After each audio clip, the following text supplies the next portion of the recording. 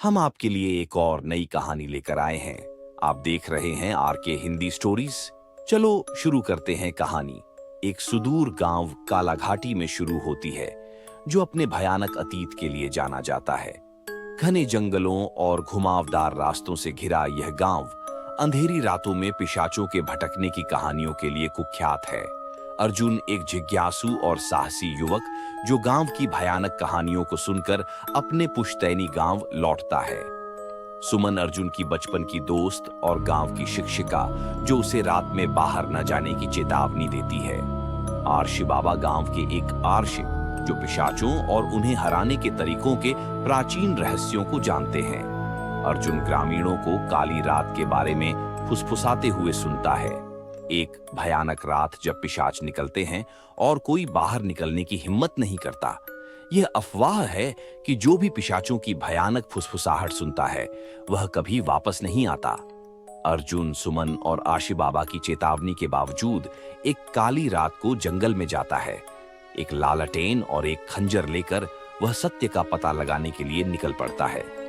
जंगल के भीतर अर्जुन को पेड़ों और पत्थरों पर प्राचीन और खतरनाक प्रतीक दिखाई देते हैं, जो उसकी रीढ़ में सिहरन पैदा कर देते हैं। उसे अजीब आवाजें सुनाई देने लगती हैं, फुसफुसाहट, हंसी और उसके आसपास के कदमों की आवाजें। जैसे ही आधी रात होती है, जंगल में एक घना कोहरा छा जाता है और एक छायादार आकृति उभरती है। एक पिशाच जो जलती हुई लाल आंखों और भयानक मुस्कान के साथ अर्जुन की ओर देखता है। पिशाच की ठंडी आवाज में वह अर्जुन से कहता है, तुम यहाँ क्यों आए हो? अपने अंत की ओर। अर्जुन भयभीत होकर गांव की ओर भागता है, लेकिन महसूस करता है कि पिशाच उसका पीछा कर रहा है। उसके पास प्राचीन मंदिर में शरण लेने के अलावा कोई विकल्प नहीं है। आशी बाबा उसे बचाते हैं और अपनी शक्तिशाली मंत्रोच्चार से पिशाच को पीछे हटने के लिए मजबूर कर देते हैं। इस घटना के बाद आर्षि बाबा गांव के अतीत के रहस्यों को अर्जुन के सामने खोलते हैं। वे बताते हैं कि पिशाच उन लोगों की आत्माएं हैं जो कभी गांव वाले थे और अपने लोगों से विश्वासघात किया था। अब वे पिशाच के रूप में मनुष्यों के रक्त के बिना इस दुनिया में नहीं रह सकते। गांव पर एक शाप है जो जंगल में दफन एक काले मोती से जुड़ा हुआ है। जब तक वह मोती मौजूद है, पिशाच गांव में आतंक मचाते रहेंगे। आर्षि बाबा बताते हैं कि केवल एक साहसी आत्मा ही इस मोती को खोजकर शाप को समाप्त कर सकती है। अर्जुन इस शाप को समाप्त करने के लिए संकल्पित होता है। वह सीखता है कि शाप को तोड़ने का एकमात्र तरीका रक्त चंद्र की रात को अनुष्ठान करना है, जब पिशाच की शक्ति अपने चरम पर होती है। रक्त चंद्र की रात को अर्जुन, आर्षि बाबा और सुमन काले मोती को खोजने के लिए जंगल में जाते हैं।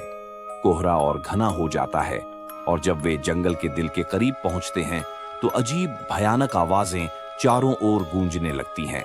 जैसे ही वे मोती के पास पहुंचते हैं, पिशाच उन पर हमला कर देते हैं। सुमन समूह से बिछड़ जाती है और अर्जुन खुद को पिशाच के खिलाफ अकेला पाता है। वह हर संभव शक्ति का इस्तेमाल कर सुमन की रक्षा करने का प्रयास करता है। अंततः वे एक गुफा तक पहुंचते हैं जहां काला मोती रखा होता है। आर्षि बाबा अनुष्ठान शुरू करते हैं और पिशाच आक्रोश में अनुष्ठान को रोकने के लिए प्रकट होते हैं। अर्जुन और सुमन पिशाचों का सामना करते हैं, जबकि आर्षि बाबा अनुष्ठान पूरा करते हैं। जैसे ही अनुष्ठान अपने चरम पर पहुंचता है, सबसे मजबूत पिशाच आर्षि बाबा पर हमला करने के लिए लपकता है। अर्जुन अपनी पूरी ताकत का उपयोग कर उसे रोकता है और आर्षि बाबा द्वारा आशीर्वादित खंजर से उस पर वार करता है। जैसे ही काला मोती टूटता है, जंगल में एक चमत्कारी प्रकाश फैलता है, पिशाचों को भगाते हुए उनकी पीड़ित आत्माओं को मुक्त कर देता है। अंधेरा हट जाता है और जंगल में एक शांति छा जाती है। अगले दिन सुबह गांव वाले जागते हैं और शाप को समाप्त हुआ पाते हैं। पहले जो अंधेरा और भयानक जंगल था, अब वह शांत और सौम्य लगता है। अर्जुन, सुमन और आर्षि बाबा को नायकों के रूप में वापस लौटते हैं और गांव एक नए अध्याय की शुरुआत करता है, अब पिशाच के भय से मुक्त। कुछ महीनों बाद जब अर्जुन जंगल में चल रहा होता है, उसे एक हल्की फुसफुसाहट सुनाई देती है। वह मुड़ता है लेकिन कुछ भी नहीं पाता। हालांकि जब वह आगे बढ़ता है तो जंगल के फर्श पर एक काला मोती चमकता हुआ